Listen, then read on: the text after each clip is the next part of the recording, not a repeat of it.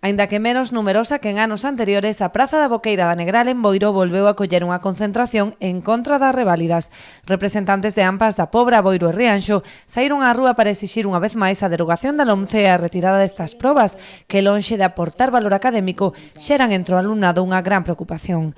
Alumnado de cuarto da ESO, pero tamén de sexto e terceiro de primaria.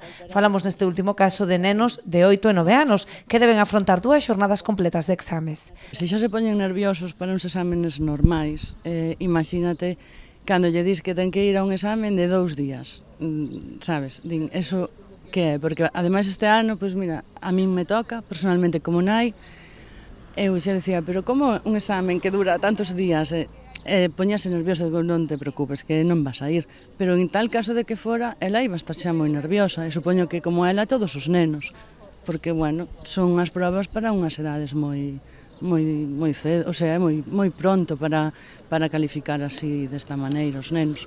E aunque non fora, o sea, a min as de sexto me parecen absurdas e as de cuarto sangrantes xa, porque si suspenden a de cuarto, da ESO, deixan os nenos absolutamente tirados, ni siquiera lle dan, por moi bo resultado que teñan no curso, ni siquiera lle dan a ESO. O sea, tens que quedarte con un neno de 14, 15 anos, que faz ese ano con el, hasta que volva a probar a reválida.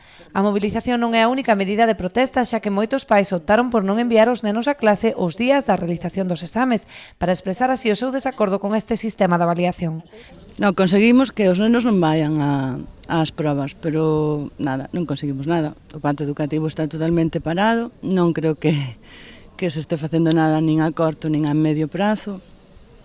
Entonces, bueno, creo que están xogando moito o xogo do desgaste para que pase isto, que cada vez as familias se cansen máis, pero bueno, nós non nos vamos a cansar.